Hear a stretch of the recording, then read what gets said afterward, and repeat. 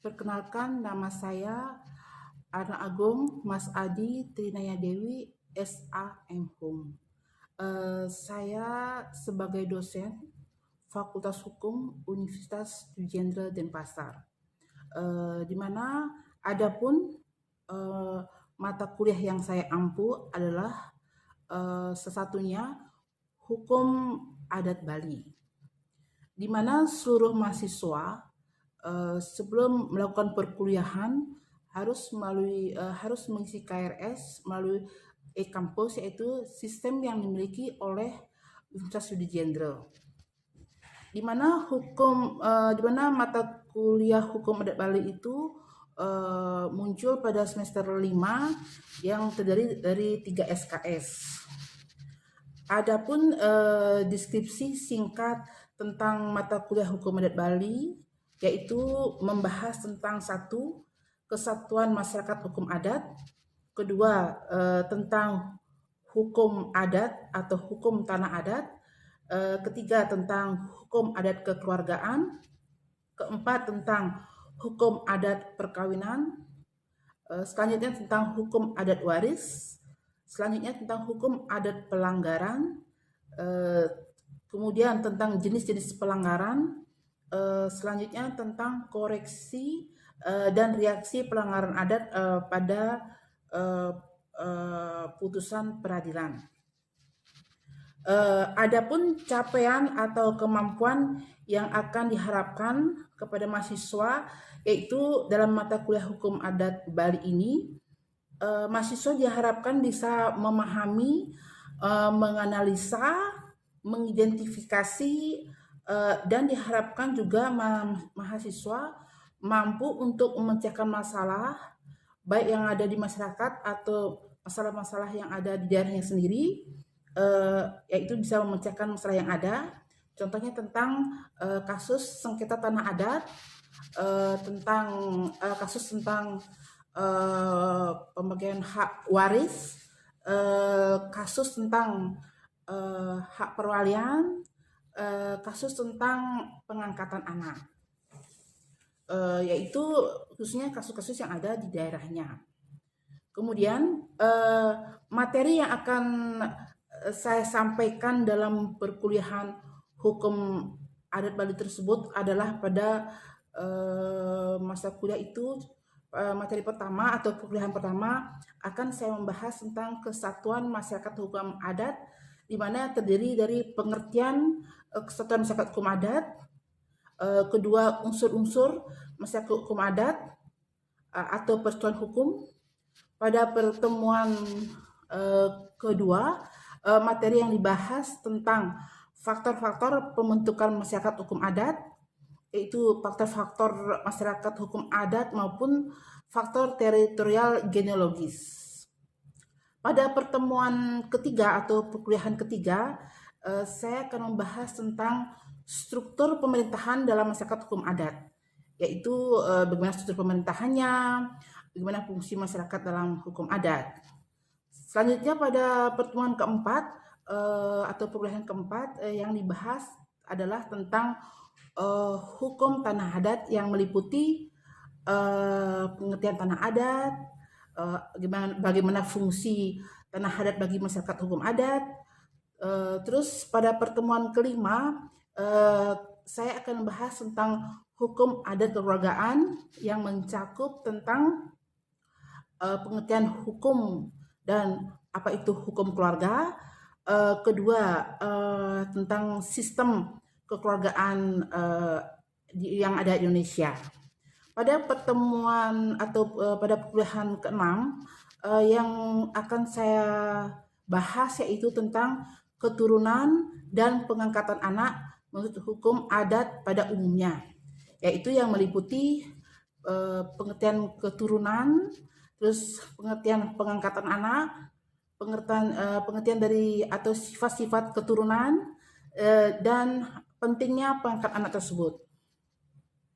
Pada pertemuan ke-7 saya akan membahas atau materi yang akan dibahas yaitu hubungan hukum dalam hukum kekeluargaan, di mana dalam hubungan hukum dari hukum kekeluargaan itu yang dibahas itu pengertian hubungan hukum dalam hukum kekeluargaan, selanjutnya hubungan hukum antara anak dengan orang tuanya, ketiga yang dibahas adalah pemeliharaan anak yatim piatu. Dan pada perkuliahan pada pertemuan ke-8 itu biasanya kita mengadakan UTS untuk mengevaluasi sama perkuliahan bagaimana hasil dari masa tersebut. Setelah UTS berlanjut, biasanya pertemuan ke-9 kita lanjutkan dengan materi yang akan saya berikan, yaitu materinya tentang hukum adat perkawinan. Dalam hukum adat perkawinan tersebut yang dibahas adalah pengertian dan sejarah hukum perkawinan. Kedua, sejarah hukum perkawinan di Indonesia. Ketiga, membahas tentang sistem perkawinan. Materi pada pertemuan ke-10 yang akan saya bahas yaitu hukum adat pewarisan yang meliputi unsur-unsur pewarisan dan harta pewarisan. Pada pertemuan ke-11 saya akan membahas tentang prinsip-prinsip dalam pewarisan tersebut, di mana dalam pewarisan tersebut biasanya dalam prinsip-prinsip pewarisan dalam hukum adat waris yang dibahas adalah sifat hukum adat waris tersebut. Pada pertemuan ke-12 materi yang akan saya bahas yaitu tentang sistem pewarisan dalam hukum adat waris yang meliputi apa yang menjadi syarat-syarat dan proses pewarisan di dalam hukum adat waris. Kedua, meliputi proses pewarisan.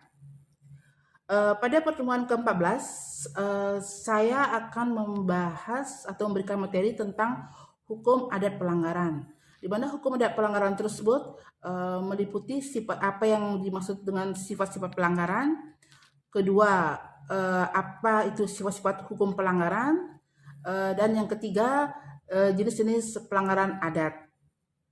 Pada pertemuan ke-15 materi yang akan saya berikan yaitu tentang reaksi dan koreksi adat dan pelanggaran adat dalam praktek peradilan. Di sana juga akan dibahas tentang pengertian dari reaksi dan koreksi adat, artinya apa yang dimaksud dengan reaksi dan koreksi adat. Kedua, pengertian tentang pelanggaran adat dalam praktek peradilan.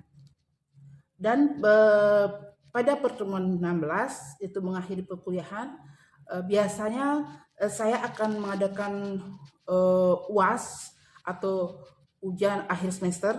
Di sana juga akan saya mengevaluasi apakah selama pembelajaran atau selama memberikan kuliah itu sejauh mana mahasiswa bisa memahami materi-materi yang saya sampaikan di kelas. Terus kedua, mahasiswa betul-betul mengetahui atau apa manfaat dari mempelajari hukum adat Bali tersebut.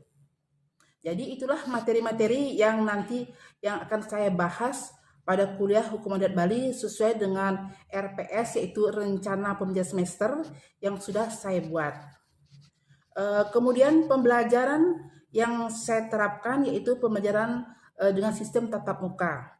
Karena dengan sistem tatap muka, mahasiswa dapat dengan mudah untuk berinteraksi dengan dosen sebagai pengajar dan dengan teman-teman mahasiswa lainnya. Kemudian metode pembelajaran yang saya gunakan dalam kelas itu menggunakan sistem ceramah, yaitu di mana saya akan menjelaskan materi dari hukum adat Bali itu kepada mahasiswa. Setelah melakukan penjelasan, saya akan mengadakan diskusi, akan membahas apa-apa yang telah saya jelaskan itu. Dengan diskusi itu, saya harapkan mahasiswa bisa betul-betul aktif melakukan tanya jawab, terus memberikan, dan kemudian saya memberikan kuis pada mahasiswa terkait dengan materi yang saya sampaikan. Kemudian saya memberikan tugas, baik itu tugas secara individu, baik itu tugas secara kelompok, sehingga mahasiswa itu betul-betul mengerti atau memahami apa yang telah kita bahas atau kita pecahkan dalam kasus-kasus adat yang ada. Dan tugas tersebut wajib dipresentasikan oleh mahasiswa agar saya mengetahui betul-betul bahwa tugas itu betul-betul dibuat oleh mahasiswa dan tugas itu betul-betul berada kasus-kasus yang ada dalam masyarakat. Sehingga dengan mengadakan presentasi itu saya harapkan perkuliahan lebih hidup, yaitu adanya tanya jawab, adanya mungkin sanggahan dari temannya, adanya masukan sehingga ruang kelas menjadi lebih hidup. Dengan demikian, saya harapkan mahasiswa bisa memahami materi yang saya sampaikan, yang sudah sampaikan selama 16 kali pertemuan tersebut, dan saya harapkan mahasiswa bisa memahaminya. Untuk penilaian, di mana saya akan memberikan evaluasi atau memberikan penilaian dari kriteria ketepatan penguasaan materi, di mana penilaian itu biasanya berdasarkan kehadiran atau absensi dari mahasiswa, kemudian berdasarkan dari keaktifan mahasiswa di kelas, baik aktif dalam bidang berdiskusi, menjawab pertanyaan, atau menjawab kuis. Ketepatan dalam menjawab ujian tengah semester juga, selanjutnya juga ketepatan atau bisa menjawab ujian akhir semester, dan juga penilaian dari tugas-tugas yang telah dibuat, baik itu tugas secara individu maupun tugas kelompok yang dilakukan dengan teman-temannya. Setelah melakukan penilaian, maka hasil evaluasi akan saya input ke dalam e-kampus sehingga nantinya mahasiswa tersebut dapat melihat hasil akhirnya. Apakah hasil akhir dari mereka itu hasilnya cukup, hasilnya baik, hasilnya kurang, atau hasilnya baik sekali. Demikianlah yang dapat saya sampaikan terkait dengan mata kuliah Hukum Adat Bali yang saya ampu, dan saya ucapkan banyak-banyak terima kasih.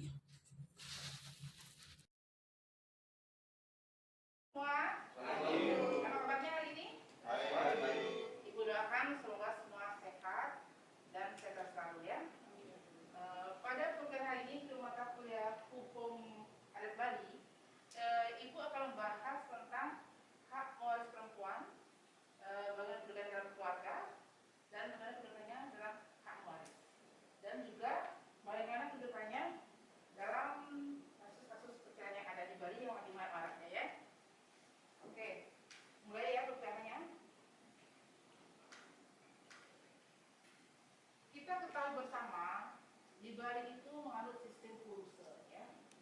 Kuruse itu artinya patennya, kebapaan.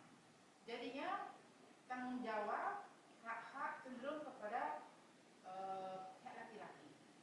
Di sini pihak perempuan jarang diperhatikan haknya, yang ada kadang-kadang untuk kewajibannya saja. Untuk itulah akhirnya ada Paruman atau Kementerian Agung nomor 10 itu tahun 2010 sedang membahas atau dibahas hak-hak perempuan itu apa saja, karena dianggap diskriminasi ya di Bali ya, dan dianggap bertentangan hak asasi, karena perempuan Bali cenderung ada kewajibannya tapi haknya diabaikan.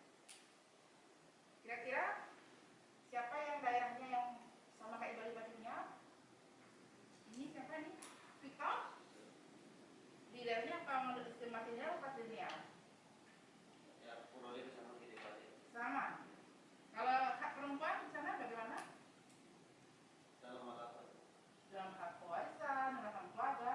Oke, terima kasih. Kalau sistem pewarisan di Subang, daerah saya, itu sistemnya pewaris itu lebih condong ke laki-laki karena perempuan ini dianggap adalah orang tua atau ahli tua. Sama ya berarti.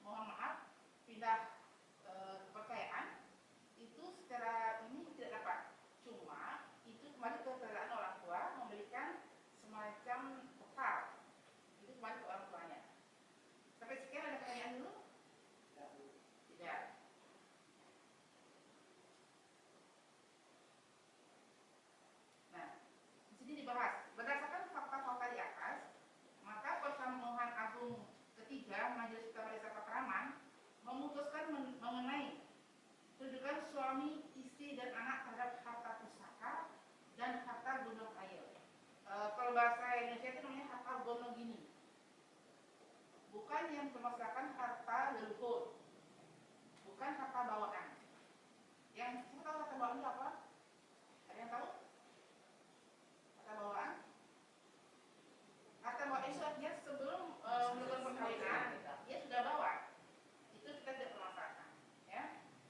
Terus kedua, suami dan istrinya serta saudara laki mempunyai kedudukan yang sama